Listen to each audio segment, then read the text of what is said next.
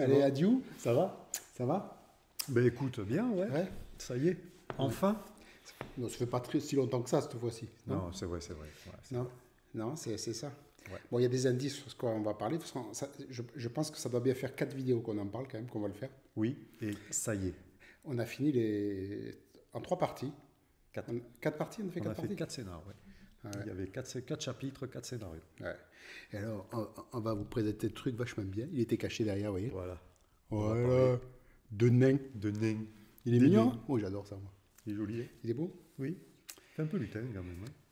Il fait Ouais. Un peu comme ça. Mais moi j'aime bien comme ça. Après, tu vas présenter la gamme. Oui. Mais moi, en fait, petite, je préfère eux, en fait. Pas moi. Pas moi. Les elfes, en fait. Mais Non, bon. en fait, c'est pas vrai. En fait, je pense que cette série, elle est assez bonne de BD, en fait, qui a inspiré tout ça. Ouais. C'est vrai, non?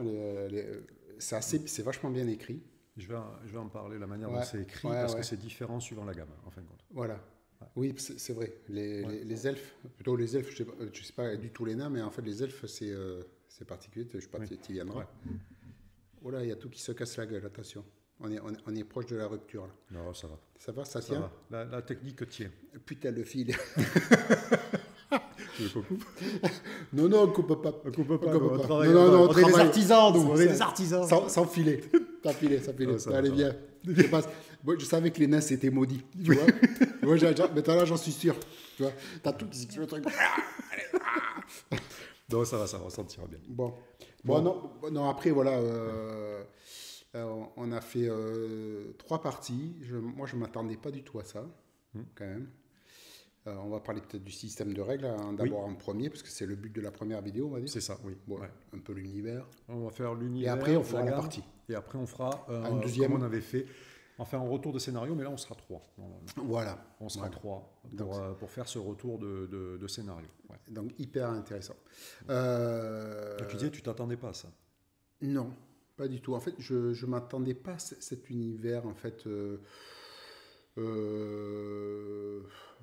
Bon, après, c'est sûrement à tort, en fait. Moi, souvent, quand Donjon Dragon, je vois plus vraiment très héroïque. Oui.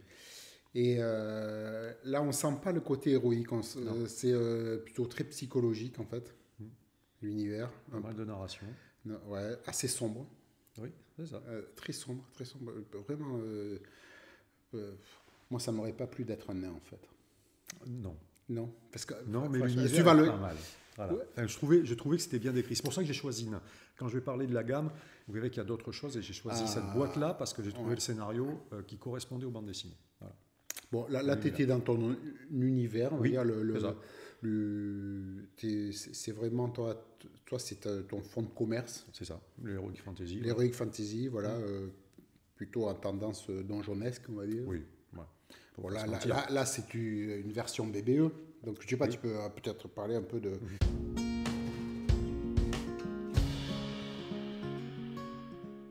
Pendant que je bois un coup. Oui, attends, on va Ah, commencer ça par fait- ça parce alors, que alors, c'est on va quand même pas mentir, c'est un charicot. c'est un charicot. Mais ça, je te laissais en parler, parce que ça, tu connais Ah. mieux, c'est toi qui me l'as fait découvrir. Donc, on va parler un petit peu, on va faire Alors, un peu de publicité. Alors, alors- charicot, de quoi on peut parler Ubi4, faut Ubi- parler de tout. Gewürztraminer. Non, non, voilà, non, on même va- pas. non, mais on va tout- Dans les mêmes vins, il y a Première Grive, Première grive, qui est un vin de Gascogne, c'est ça. Ubi4, qui est aussi un vin de Gascogne, Ouais. on va dire. Et le Et charicot. le Charicot, qui est un vin de Gironde, C'est ça. donc, qui est aussi gascon, parce qu'il est du bon côté de la Garonne. On va discuter, on va discuter. Et s'il est rive droite, il est droite, il est droite, il est droite, Il est il est droite, il est droite. Donc, et c'est dans un petit coin vachement bien. Oui. Vas-y, tu peux boire, hein, que je raconte un peu. Hein. De Gironde, Ouais. qui s'appelle Verre de lait. Alors là, c'est un truc où il y a un pèlerinage à la Verge Noire. Ouais. Voilà, c'est un truc. Donc, c'est joli. Ouais. C'est un truc gros truc. Hein. Il y a tout. Culture et œnologie. Voilà. Et Hein, donc, comme ça, ça va en rendre un jaloux. Fred, Ah oui. d'un dessin, t'as vu? Culture et œnologie. Ah oui, c'est sûr que bon, c'est pas du Côte du Rhône. Non, Et pas- ça, c'est bon, après, clair. bon, c'est un vin d'apéro quand même. C'est un vin léger. Voilà, d'amitié. Moi, j'appelle ça des vins d'amitié. Voilà. Voilà. Donc c'est Vin léger, fruité. et alors, ce qui est marrant, c'est qu'en fait, par rapport au Tariquet, donc le premier Agrive, en fait, ce qui est marrant, c'est qu'eux, ils ont essayé comme ils ont voulu faire un vin qui s'en rapprochait sans s'en rapprocher, bon, il y a quand même un peu la même texture, hein, mais et le vin s'appelle, le château s'appelle Château Charot, je crois, et ils l'ont appelé le Charicot. Le Charicot, voilà. Donc, le Charicot. Donc, et en plus, la personne, comment on appelle ça? Le maître de chez. Le maître de chez est hyper intéressant à discuter. Et ils font toute une gamme qui est vachement bien aussi. Oui. Là, donc, bien sûr, tout ça, c'est avec modération. Oui. Tout ce qui est bon doit être avec modération. Voilà. Autrement... D'ailleurs, je reviens, Fred, tiens, en parlant avec modération. Ouais. L'autre jour, j'étais sur le chat avec eux quand ils faisaient une carte blanche sur les jeux de société. C'était très, très intéressant, mais malheureusement, moi, je devais partir le lendemain à 5h du matin, donc je leur ai fait mes amitiés directement dessus.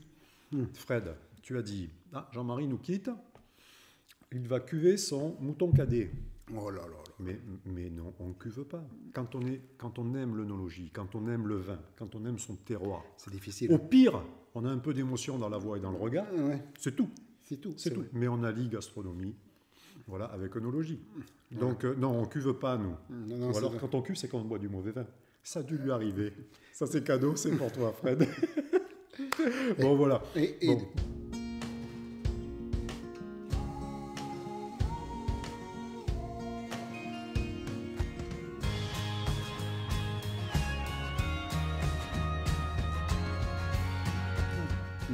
Non. Alors, on était sur Nain, écoute, j'ai pris des notes parce que quand même, je tenais surtout à pas faire d'erreur et surtout vous présenter la gamme. Donc c'est quand même extraordinaire. Donc Nain, c'est, comme vous pouvez le voir derrière nous, c'est une bande dessinée, c'est un univers qui est fait par les éditions Soleil, qui est publié par les éditions Soleil. Les éditions Soleil, pour ceux à qui ça parlerait pas, c'est Landfust. Voilà, Landfust de Troy, Troll de Troy, Landfust des étoiles. C'était leur BD phare. Après, et je pense que ça, ils sont connus quand même. Oui. Le Soleil, ils font. Mais je pense que cette gamme-là, est en train de supplanter les autres. Ce qui m'avait surpris quand j'ai lu les bandes dessinées, c'est qu'elles sont structurées comme des romans. Et elles sont structurées différemment suivant ce que tu vas jouer. Par exemple, les bandes dessinées Elf, c'est une série télévisée. Si tu as lu Elf, les 10 premiers, en fin de compte, c'est la même action, c'est presque une campagne, c'est la même action vue par 10 clans différents d'elfes. Et la résolution se fait à la fin il faudra le lire, je ne vais pas spoiler, mais c'est ça. Mais c'est vraiment une série. Donc, dans chaque album, en fin de compte, on a une vision différente. Les 5 premiers albums décrivent un peu les sociétés, les clans elfes qui vont arriver avec les personnages et leur implication dans cette aventure. Et ensuite, les 6, 7, 8, 9, on reprend les premiers clans et on voit comment ça arrive jusqu'au 10e où, à ce moment-là, le scénario s'arrête. D'accord. Et c'est fini. Mais c'est vraiment comme une série. Alors que quand on prend Nain, Orc et Gob et Mage, c'est des one-shots. C'est-à-dire, chaque BD est une one-shot. Alors, la communauté a dit, ouais, mais nous, ce personnage, il nous plaisait, donc on le voit réapparaître après. Mais ce n'est pas une aventure qui tourne autour de lui. Une BD, un personnage, une situation. D'accord. Donc ça, c'est des one-shots. Donc c'est vachement agréable parce qu'on développe un univers, une vision. Il y a 70 albums. C'est énorme. C'est énorme. Moi, je sais tout confondu. Hein. Moi, j'en suis au 14e de Elf. De Elf. J'ai pas attaqué les autres, mais c'est bon, c'est beaucoup à lire. C'est beaucoup, oui. C'est beaucoup, sachant que la BD... parce qu'on est en retard. C'est un coût quand même. Un coût, oui. Mais bon... Ouais, c'est à peu près 15 € une bande dessinée. Voilà. Ouais. Donc effectivement, il y en a beaucoup qui sont sortis parce qu'on arrive là. Mais si on s'attache à une espèce particulière dans le monde qu'on veut développer, on peut très bien la garder. Il y a des gens qui ont que elfes, il y en a qui ont que nains. Voilà, c'est super intéressant. Non, après, bon, c'est quand même vachement bien qualité, fait. etc. Voilà. Non, après, au niveau graphique, c'est quand même une réussite. Hein. Oui, c'est très joli. On peut dire ce qu'on veut, mais... Alors, il y a différents illustrateurs, en fait. Il y a des pattes. On retrouve trois personnes qui travaillent là-dessus. Ouais, quand on voit des trucs comme ça, c'est superbe. C'est superbe, là. Voilà, c'est des elfes noirs, ça. Ouais, c'est un elfe noir. Ouais. Ouais, ça se voit. Donc c'est Il a l'air assez gentil. sympa. Oui, oui. Ah oui. Il va y avoir, puisqu'on parlait du monde tout à l'heure, donc des 3 continents, ils en sont arrivés à un moment où les éditions Soleil vont sortir une encyclopédie pour développer en fin de compte l'univers qu'ils ont développé, parce que ça se fait par les bandes dessinées. Mais je crois que c'était avec BBE ce truc-là, non? Non, ça sortira aux éditions Soleil, l'encyclopédie.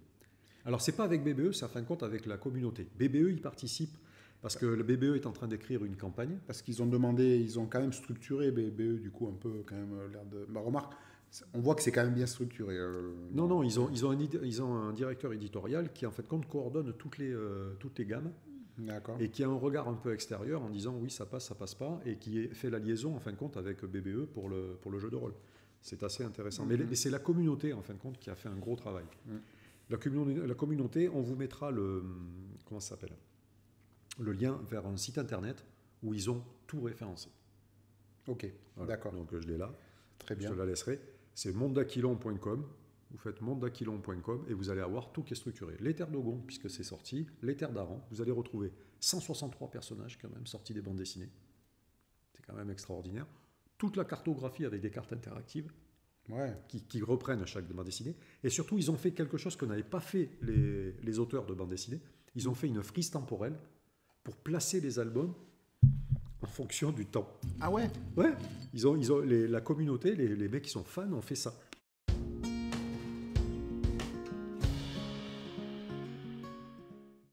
Les bandes dessinées traitent les problèmes de la société. On retrouve avec la place de la femme, l'éducation, la politique, les structures de la société, les différences, l'acceptation de l'autre, puisque quand on va partir dans les terres d'Aran, on peut aussi bien jouer un orc qui joue avec un nain, avec un elfe, etc. Ça va dépendre de ce qu'on va vouloir faire comme scénario. Mais donc on se retrouve avec des problèmes dans les bandes dessinées réellement de société. Voilà.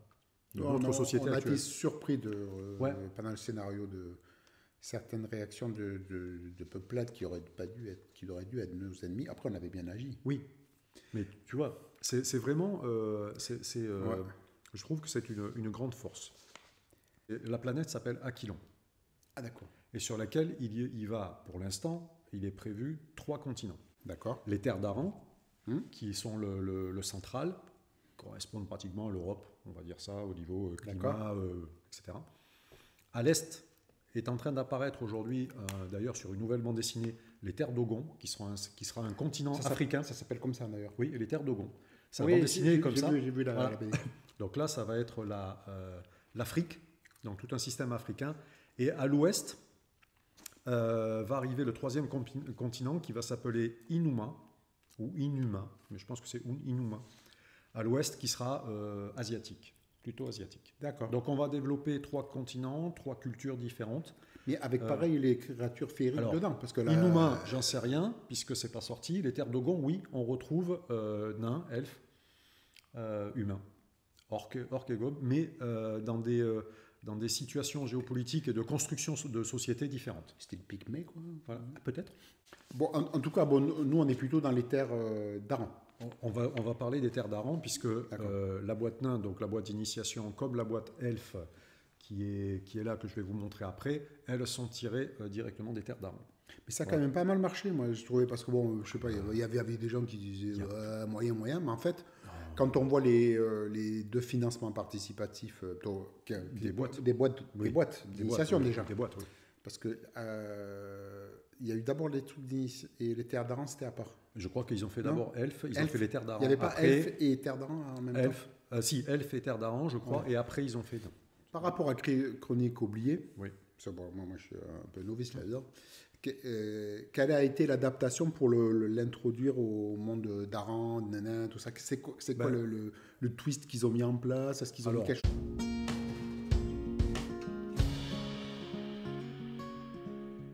En fin de compte, le système de Chronique oubliée, c'est un système qui fonctionne avec des cartes de voix. En fin de compte, c'est-à-dire que ton personnage va se développer comme vous l'avez fait, puisqu'on change de niveau pratiquement à chaque chapitre là-dedans. On prend des voix supplémentaires ou on développe des voix. Voilà. C'est en fait compte, un personnage ne ressemblera pas à un autre parce qu'il va avoir des pouvoirs grâce à ses voix et des capacités, soit passives, soit actives, avec des actions. Voilà. Donc ils ont conservé ça, mais les voix ont été adaptées en fin de compte au monde. C'est ce que j'ai remarqué, c'est qu'à la fois, hein, ça c'était un truc, en fait dans le système des voix, là, comme tu dis, là, on a les différentes professions, en fait on a 3 là, dans la version nain, là, 3 voix. 3 voix possibles. 3 voix, Et il y a à la fois des trucs un petit peu magiques et à la fois des trucs professionnels. C'est ça. C'est-à-dire que c'est un peu un mélange des deux, des Alors, fois. Ta race, ton métier, ou du moins la partie sociétale dans laquelle tu vas évoluer. Donc chez les nains, c'est bien particulier. C'est très structuré. Et puis après, tu as des voies libres, en fin de compte, que tu peux utiliser, qui sont communes un peu à tout le monde. Après, le reste, c'est un peu de la 5e, on va dire. C'est du D20. C'est des D20, mais c'est des caractéristiques générales, non? Oui, c'est ça. C'est les mêmes, non? Oui, c'est exactement. C'est le système OGL. C'est le système OGL en partie. Nous, on ne va pas les numérer parce que chaque fois que je regardais un dessin, chaque fois, il s'amusait à lui faire la liste. Là. Il n'y arrivait jamais. On retrouve les 6 caractéristiques de base qui vont donner des bonus en fonction de ta valeur et à laquelle tu vas rajouter en fin de compte un dé et qui va te permettre de savoir en fonction du seuil si tu arrives ou pas. C'est vraiment le système de 20 classique, des 20 classiques. Donc, pour expliquer le système des 20, en fait, on a un niveau de difficulté à atteindre, c'est ça? C'est ça. Par exemple, je ne sais pas, c'est difficile, 17, je ne sais pas. Oui, c'est beaucoup. C'est beaucoup. C'est difficile. Bon. 15, c'est une variable. Donc, difficile. on lance un dé 20 à laquelle on ajoute d'éventuels bonus. D'éventuels bonus qui sont donnés par les caractéristiques. Par les caractéristiques. Voilà. Ou par... magique, des compléments, des suppléments, voilà. Et les voix aussi les voix peuvent participer à ça. Oui. D'accord. Donc, donc on rajoute des bonus et si on atteint ce seuil de 17, par exemple, on a réussi l'action. Ouais, exactement. Ok. Exactement. Et après, il y a des systèmes de confrontation qui après sont plutôt dans les combats où on est en opposition. On doit atteindre la défense de l'autre. La défense de l'autre pour savoir si l'attaque passe ou pas, ou si l'autre a réussi à se défendre. Et les armes font les dégâts en fonction de c'est un système rapide et qui est fait... c'est le système des 20 classiques, je veux dire, qui est usuel, quoi. Je dis bien usuel parce que c'est pratiquement celui qui revient. Beaucoup plus simple que la 5E, par exemple. Ouais. Mais voilà, oui, on n'a pas de... Il n'y a pas de compétences, par exemple. Les compétences sont données par les voix. Mais il n'y a pas un système de compétences avec des additions. Quand tu veux faire quelque chose, tu dois avoir la compétence, etc. Non, tu dis ce que tu veux faire et le maître de jeu te donne un seuil de difficulté en fonction de ton métier, des bonus que tu as, etc. Voilà. Okay. Donc c'est très simple. Bon.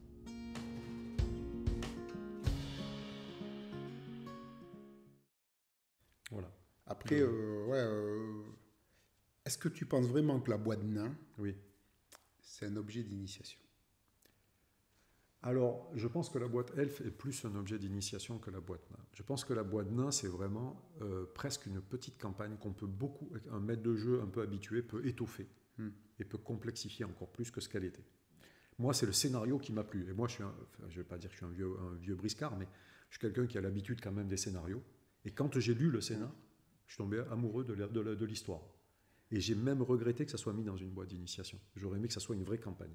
Parce que c'est la première fois qu'on pouvait jouer d'abord que des nains, où tu joues exclusivement des nains. Je trouve que l'interaction sociale de chaque personnage avec les personnages leaders ou maîtres de l'aventure était très intéressante, et où en même temps, on allait être obligé de faire des choix, et des choix qui vont être sociétaux. J'ai trouvé cette implication fabuleuse et très intéressante. Je pense que initier, par exemple, des enfants avec nains... Non, mais je passais pas par au niveau de l'âge. Pour moi, c'est clairement adulte. Ah oui, c'est clairement adulte. Hein. Oui, on va dire adolescent. Bon. Oui. Mais c'est quand même des thèmes très adultes. Oui. Mais moi, je pense clairement que c'est plutôt un kit de démarrage qu'une boîte d'initiation. Parce que même le maître de jeu, je pense qu'il serait bien qu'il ait au moins déjà joué avant. Ouais, oui. Je ne le vois pas démarrer avec ce scénario-là. Je pense qu'il faut quand même avoir un peu de répondant. Alors, un débutant... C'est dû aussi au système de jeu. C'est-à-dire que je pense que je ne suis pas très... Alors, je le dis, je suis désolé pour les gens de BBE, mais je ne suis pas très fan de Chroniques oubliées. Fantasy, je le trouve très, très simple, en fin de compte. Très simple. Mais là, il est totalement adapté parce qu'il y avait de la narration. C'est-à-dire qu'on ne s'embête pas avec des règles. Là, je pense qu'il y a des décisions à prendre, il y a beaucoup de dialogue, il y a beaucoup d'interactions sociales à faire. Et là, donc, effectivement, on a besoin de joueurs qui maîtrisent un peu, d'un maître de jeu qui maîtrise surtout pour pouvoir envoyer la balle à ses joueurs. Et le système, en fin de compte, fait que les règles ne pèsent pas dessus. Voilà. Il n'y aurait pas fallu un système de règles qui pèse, qui soit trop lourd. J'ai trouvé ça très intéressant.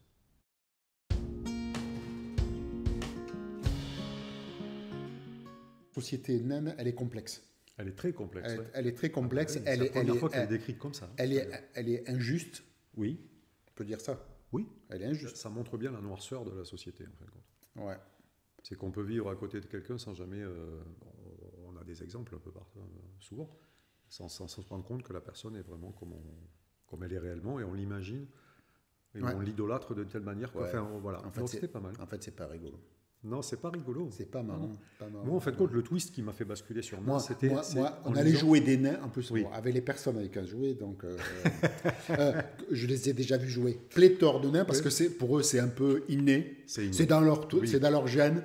Oui. Et je pense que la nuit, la barbe doit leur pousser, comme ça, et d'avoir le chapeau carré. Vous verrez celui avec qui on racontera l'aventure. C'est ça. Voilà. Lui et son frère, ce sont des grands joueurs de nains. Oui. Moi, j'ai toujours joué avec eux à Donjons Dragons. Ils ont joué, je me semble très souvent, je les ai vus jouer. Donc, c'est quand même une passion familiale. Oui. Bon, moi, c'est vrai. Hein, c'est pas vrai. C'est vrai. Si, c'est vrai. Donc, bon. Mais je ne les ai jamais vus jouer des nains comme ça. Parce que c'était plutôt le nain à la Gimli, quoi. Oui. Un peu comme dans... Voilà, c'est ce que j'ai trouvé dans cette boîte. Dans Bilbo, quoi, la série de nains de Bilbo. Bien, bon, certains sont sombres, je ne vais pas dire. Bon, mais voilà, la majorité, il y a un côté convivial, enfantin, un peu, qu'il n'y a pas du tout là. Non. Là, on est rentré dans une société qui est inégalitaire, sombre. Oui. On part à la quête avec du simple manant jusqu'au richissime mec, quoi. Voilà, on va faire le truc. Et il faut vivre ensemble avec on sent bien qu'il a une grosse animosité avec moi en plus. Oui. En fait, à ma caste, parce qu'en fait, c'est un système de caste. C'est un système de caste, voilà. En fait, il y a quoi? Il y a plusieurs... Le temple, le talion, le bouclier, il m'en manque une quatrième. Et donc, ça fait quoi tout ça là? Le temple, c'est les prêtres? Le temple, c'est les prêtres, l'administratif, les avocats, la loi, comme ça, la loi, voilà. Le talion, c'est tout ce qui est marchand, une partie de l'administratif, une partie du savoir avec des bibliothécaires, etc. Et les alchimistes dedans. Et après, le bouclier, c'est la garde. La garde, c'est les guerriers, les policiers, c'est voilà. Enfin, c'est les guerriers. C'est la milice, la structure policière, c'est les douanes, c'est voilà. Mais en fait, il y en a une quatrième que j'ai manqué, je suis désolé. Ceux qui vivent en dessous, là. Bon. Oui, et ensuite, il y a les errants. Et comment c'est les errants pour se retrouver dans le bouclier, là? Parce qu'il était un peu dans le bouclier. Non. Il travaillait pour quelqu'un du bouclier. Il travaillait pour le capitaine de la garde. Mais en fin de compte, il avait été mis à sa disposition. Les errants, ce sont les bannis. C'est-à-dire ceux qui ne font pas partie de ces trois grandes castes et qui font, en fin de compte, comment expliquer ça? Soit qui ont été condamnés et qui ont perdu leur statut. Ce sont, dans la culture hindoue, on appelle ça les intouchables. Ils ne peuvent pas sortir de leur caste. Quand tu es errant à vie. Et ta famille sera toujours comme ça. Oui, depuis génération en génération. génération. Difficile, mais on retrouve ça dans nos sociétés aujourd'hui. Ouais, puisque on le retrouve chez les hindous. Voilà, un intouchable, c'est un intouchable. C'est quelqu'un, c'est la caste basse et qui n'a pratiquement pas de droit, qui ne peut pas accéder à certains postes, etc. Eh bien, on est exactement dans cette société-là. Et là, ils vivent dans les sous-sols. Ils vivent dans des endroits, dans des ghettos, ils vivent dans... Voilà. Ou ils vivent à l'extérieur, mais ils ne sont plus sous la protection de la cité. S'ils vivent dans la cité, ils doivent vivre là où on leur dit. Il y a même des endroits de la cité qui leur sont interdits. Et s'ils vivent à l'extérieur de la cité... Ils servent de petits personnels. Ils ne sont plus sous protection. C'est les petits bras. C'est pas des esclaves, mais presque. Voilà. Ils font toutes les basses besognes. Voilà. C'est des errants. Mais la société est consciente qu'elle ne peut pas vivre sans. Donc là, la structure est très très intéressante, est assez noire. Hein.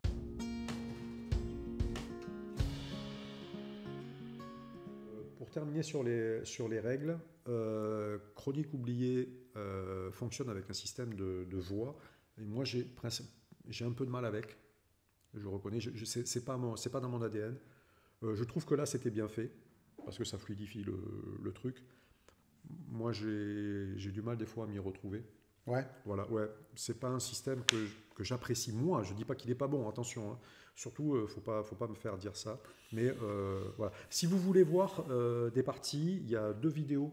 D'abord, bon, tout l'unboxing de la boîte, on va pas vous le faire. Il y a certains de nos camarades qui font des vidéos qui le font beaucoup mieux que nous. Rollist TV, Geek Power, Indécent, Podcast.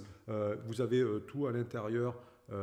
Vous allez voir sur ces chaînes-là, ils vont vous faire l'unboxing. Il y a un paravent. Il y a un très joli paravent. Des petites trucs en carton. Pour oui, il y a les pions en carton. Vous avez l'intégralité pour jouer. Là, c'est les cartes, les cartes, les dés. Il y a tout. Il y a tout, donc c'est vraiment top. Moi, j'ai rentré un élément supplémentaire que je vais vous montrer. Je crois que c'est ça là. Ça, c'est pour les terres d'Aran. Ce sont les cartes d'échecs critiques et d'échecs critiques et de coups critiques, de réussite critique. On les met au milieu de la table en 2 tas, et chaque fois qu'il y a un échec critique, on va tirer la carte. On y lit ce qui se passe. En coup critique, c'est la même chose. En réussite critique, c'est la même chose. Ça donnait un petit punch en plus à la table. C'est fun. C'est fun, voilà, c'était fun. J'avais des joueurs, il y avait des moments où il fallait, je pense que c'était un peu lourd, donc il fallait ça pour remettre un petit coup de punch, surtout pour faire rigoler un peu les gens.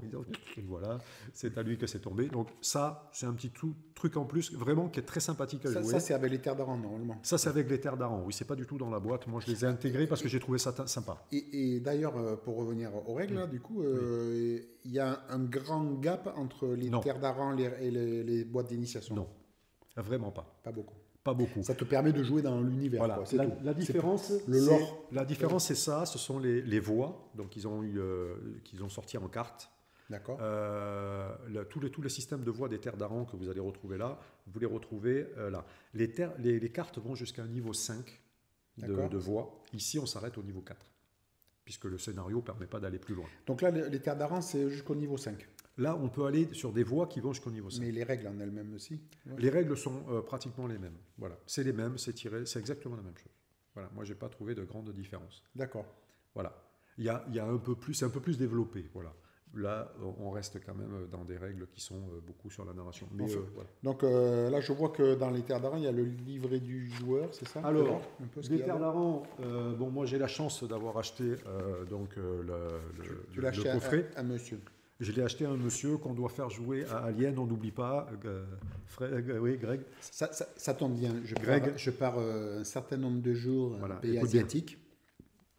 Voilà. Donc j'ai prévu dans ma valise de pour pouvoir relire tout ça. Donc, Greg, attends-toi à ce que je t'appelle, que je t'envoie un message. Donc, le livre du joueur, donc les terres d'Aran, qui reprend une partie des règles donc, de Chronique oubliée Fantasy en différents chapitres, avec une première aventure directement qui est donnée, qui permet de jouer, c'est le livre dont vous êtes le héros. D'accord.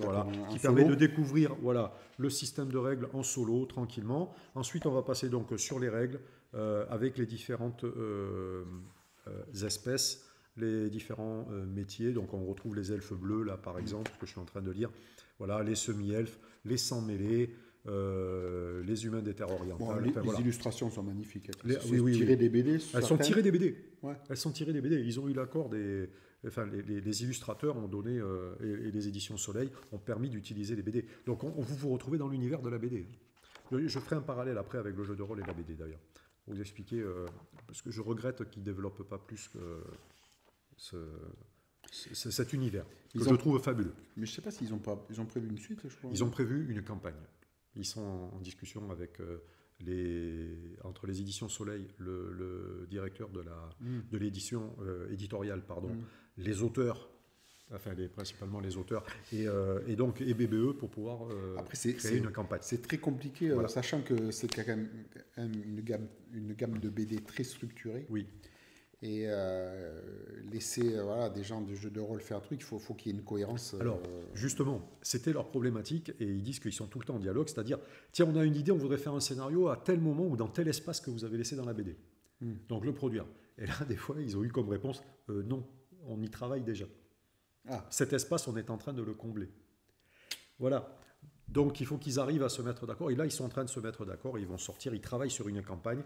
Donc en même temps avec la bande dessinée, les auteurs de bande dessinée et avec les éditeurs de jeux de rôle. C'est quand même extraordinaire. Non, le livre du joueur, c'est plutôt faire les personnages, tout ça. C'est faire les personnages, voilà, c'est un petit peu les règles, toutes les voix. Donc là, on va se retrouver avec toutes les voix. D'accord. Donc là, forcément, il y a les voix du rituel, les voix des poisons, les voix lycanthropiques, enfin voilà, les équipements. C'est vraiment classique. Hein. C'est vraiment le livre du joueur que vous pouvez retrouver un petit peu partout. Ça, voilà, le livre du joueur, qui suffit d'ailleurs et que vous pouvez mettre sur une table pour 39,90 €. Voilà.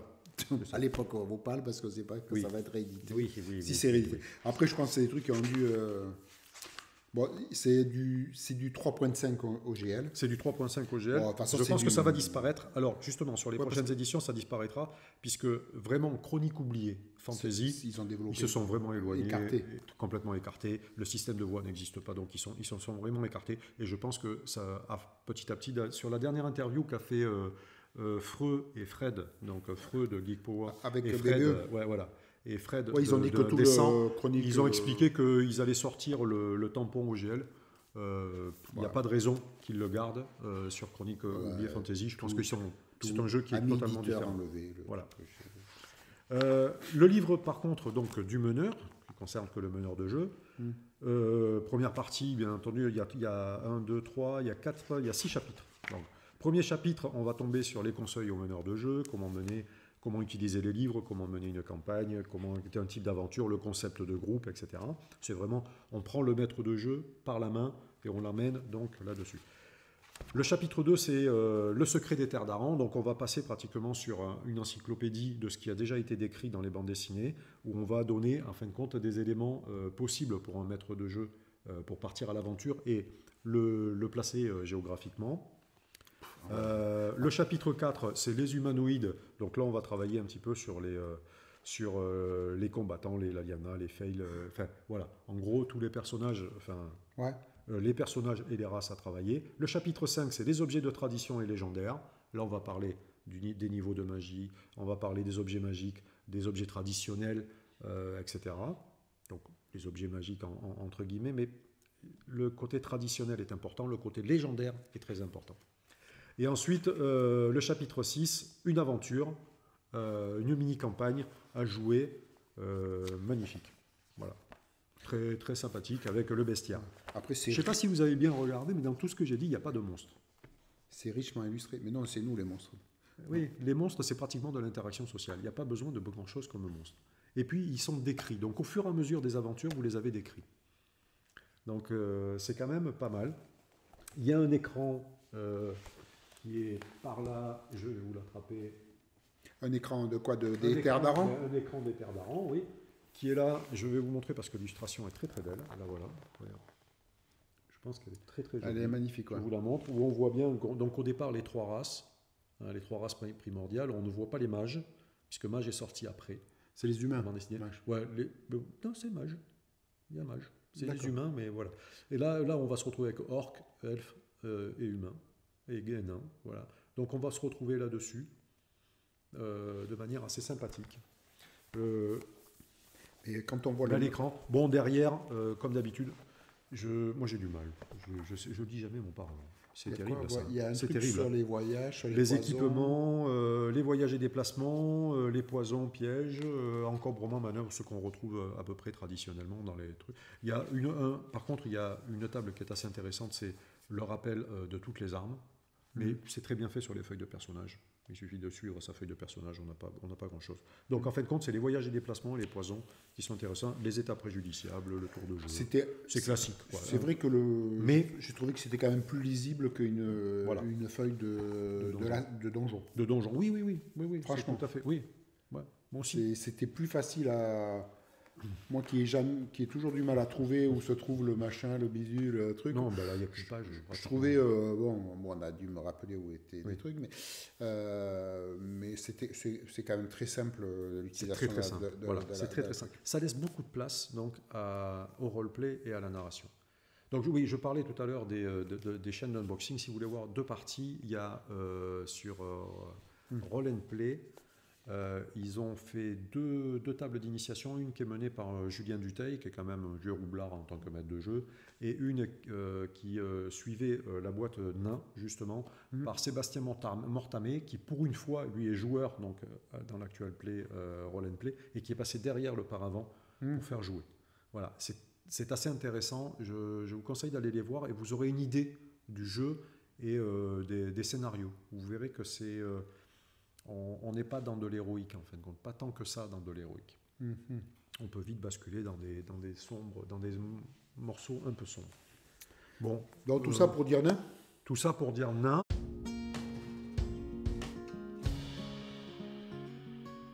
On va finir la première partie de la vidéo là, et puis ensuite on fera une deuxième, voire une troisième.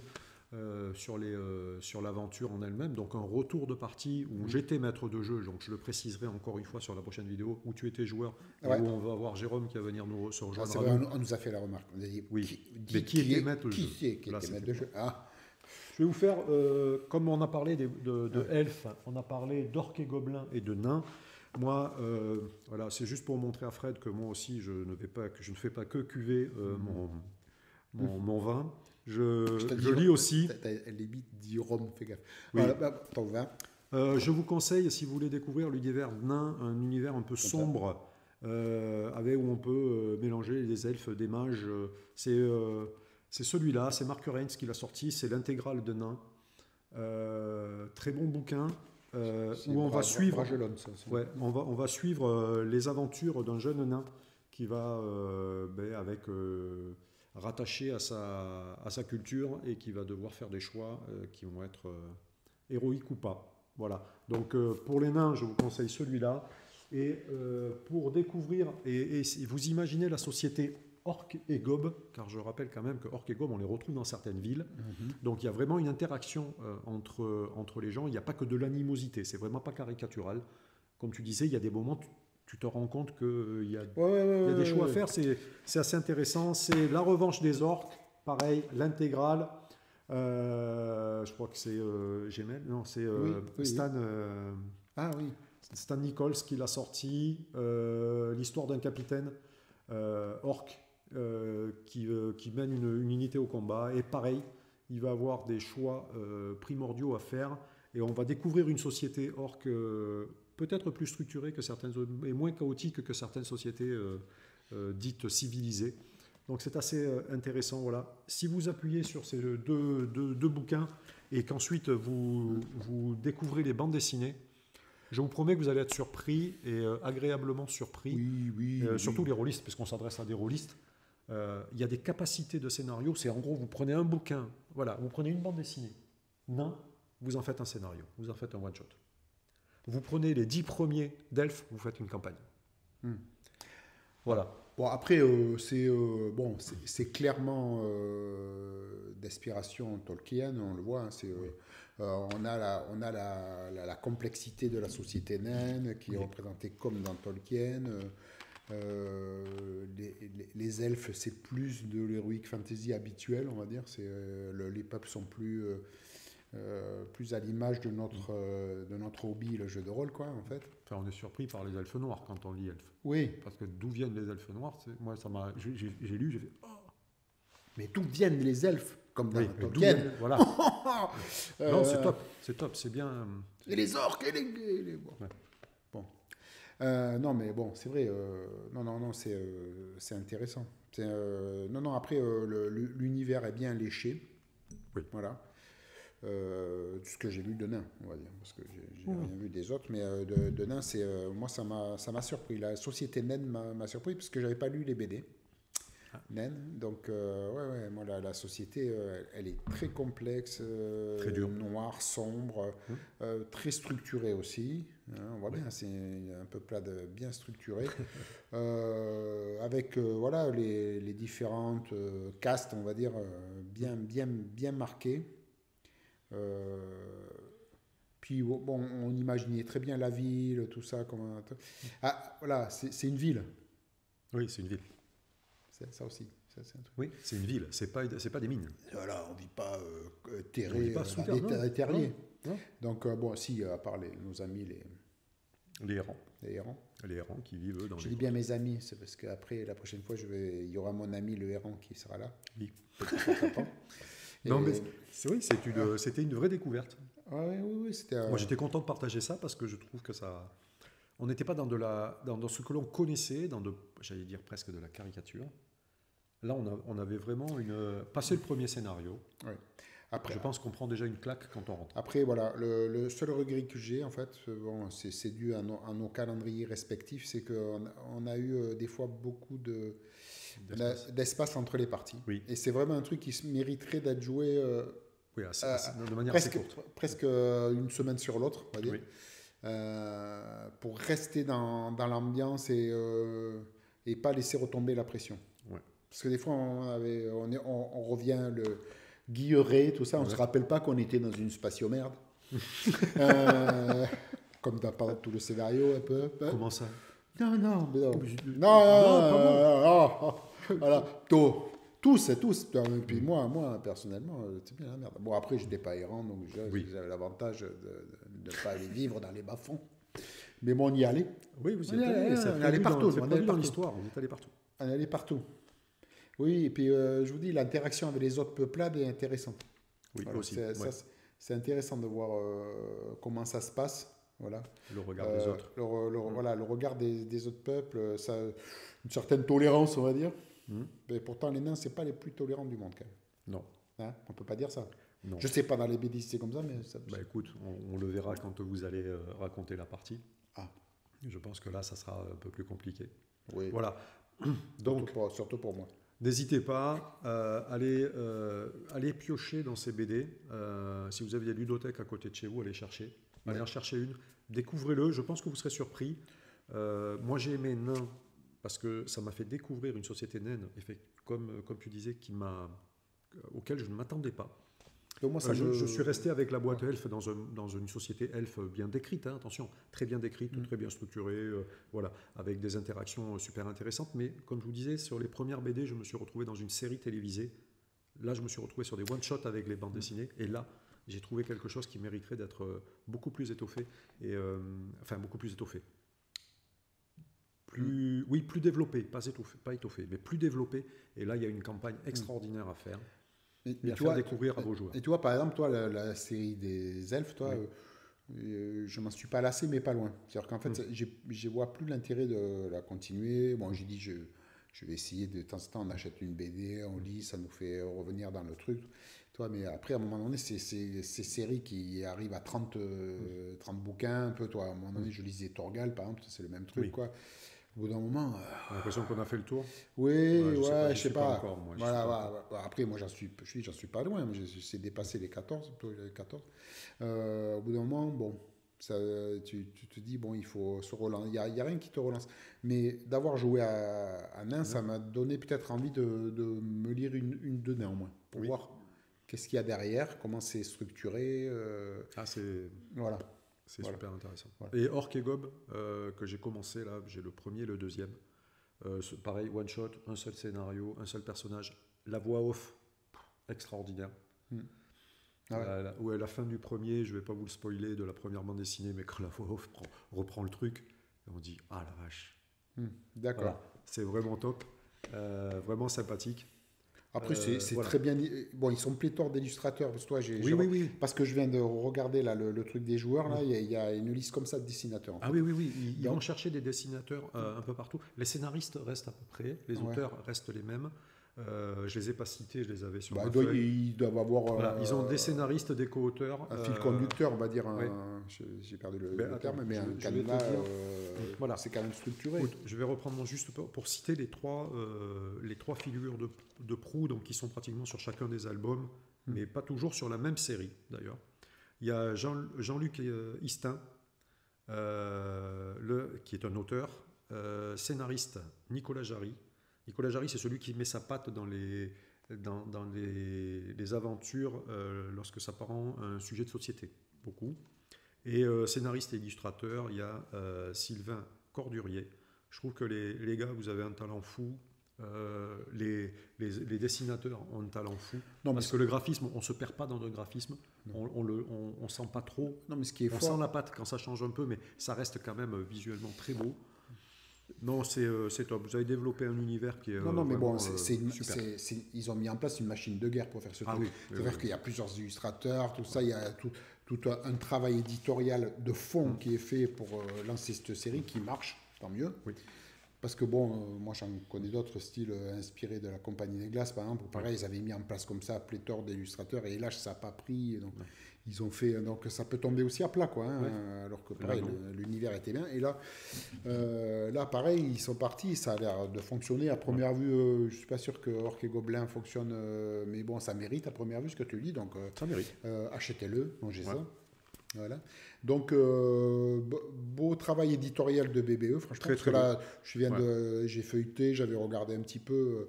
Ils ont fait un super boulot pour s'accaparer les terres d'Aran. Après, je pense que voilà, il faut dommage. Disons que il faut en vendre. Ça. Il faut savoir que les terres d'Aran, ça sort en 2020. Ouais. Et 2020, on est en plein Covid. Ah putain. Donc je pense qu'il y a eu un phénomène là-dessus. C'est pour ça qu'on fait la vidéo dessus. Moi, je vous dis honnêtement, il y a un univers. Moi, je suis amoureux des univers. Il y a un univers incroyable qui est pratiquement décrit et écrit par les auteurs de bande dessinée. C'est bien. Je pense que BBE a bien fait de miser là-dessus. Dommage que la communauté des rôlistes qui aiment l'heroic fantasy comme moi, moi, je suis arrivé sur le tard sur Nain. Parce qu'on m'a prêté une BD et j'ai vu qu'il y avait le jeu de rôle. Donc je suis allé acheter la boîte Nain. Et quand j'ai lu le scénario, j'ai dit, mais je découvre quelque chose, quoi. Non, mais attends, le financement a été bon. Après, je sais pas, la vente en boutique, etc. Mais après, c'était le Covid. Après, on a perdu un peu on a perdu la dynamique à cause du Covid. Les boîtes, on les voit, toi. Bon, maintenant, depuis que le jeu de rôle est distribué dans des plus grosses enseignes, Cultura, etc., Leclerc, etc., on commence à en voir un peu partout. Ces boîtes-là, on les voit. Oui. Donc si on les voit, c'est que bon, il y a quand même, c'est de la tête de gondole, ça doit un peu relancer un petit peu la série Les Terres d'Aran. Faut pas qu'il laisse tomber, faut qu'il continue. Ouais, je pense qu'il y a un univers à continuer. Je ne sais pas s'ils feront d'autres boîtes d'initiation. Aux dernières nouvelles, BBE est en train de travailler donc sur une campagne des Terres d'Aran où on va pouvoir jouer et mixer plusieurs espèces. Je pense que ça peut être sympa. Mais oui, pour pouvoir jouer le jeu Terre d'Aran, quoi, on va dire. Voilà, pour jouer, voilà.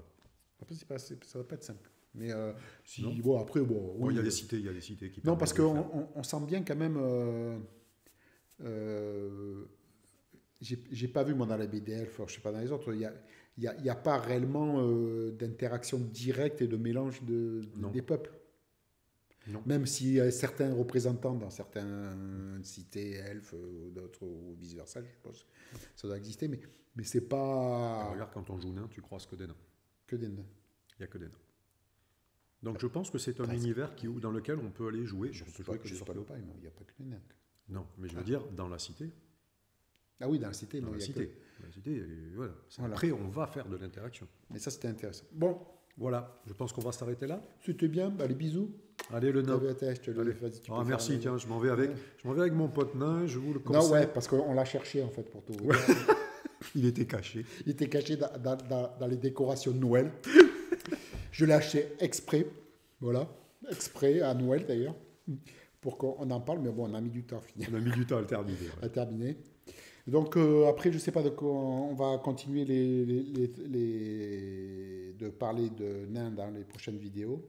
Oui, puisqu'on va faire le retour du scénario où là, on va s'éclater. On a toujours sur le pied, avec Christophe Valla, de faire du RuneQuest aussi. Faire du RuneQuest. Et autre, parce que quand même, c'est un auteur qui est peut-être pas super connu, mais quand même maintenant avec Critical Foundation. Oui. C'est ça Critical Foundation. Le premier, c'était quoi? C'est pas ça? Non, mais ils ont sorti une deuxième. Le deuxième, c'est assez fantastique. C'est Critical autre chose. Oui. Voilà, donc c'est des boîtes qui ont l'air de bien marcher. Notre ami n'a pas gagné à Cannes. Non, c'est Notes. Il n'était pas avec Notes, si? Si, je crois que c'était Notes. Je crois qu'il y avait Notes, Critical Foundation et le troisième. Notes. Quoi, pourquoi tu dis Notes? Parce que ça se prononce comme ça en slave. Ouais, moi je suis pas slave. Moi je suis à Prague. Moi aussi je suis à Prague. Ouais, un tout. Bon, attends, ça il le méritait.